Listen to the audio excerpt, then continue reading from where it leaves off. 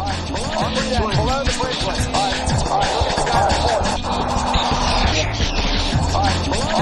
Below the bridge.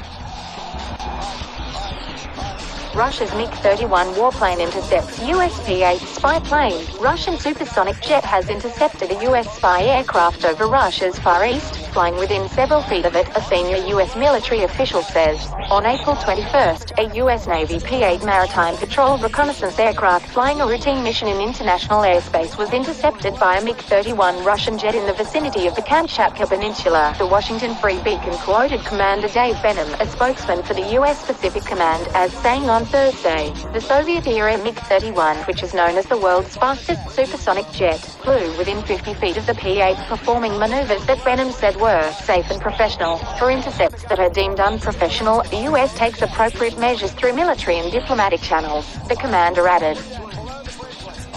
The encounter took place near the Russian city of Petropavlovsk-Kamchatsky, a port located on the southeastern end of the peninsula. The incident occurred days after a U.S. Air Force RC-135 spy plane was intercepted by a Russian Sukhoi Su-27 fighter jet over the Baltic Sea, in a way that was described by U.S. military officials as unsafe and unprofessional. Tensions between Russian and American military forces surged earlier this month after two Russian Sukhoi Su-24 warplanes performed simulated attack passes over the Donald Cook destroyer in the Baltic Sea, describing the move as one of the most aggressive acts in recent memory. American officials said the Russian bombers were flying so close that caused waves in the water. U.S. Secretary of State John Kerry dubbed the behavior of the Su-24 pilots as reckless and provocative, saying that the U.S. had every right to shoot the plane down. However, the Russian Defense Ministry rejected Kerry's claims, saying that the plane was flying over neutral waters and all the international regulations on the use of the neutral airspace had been met.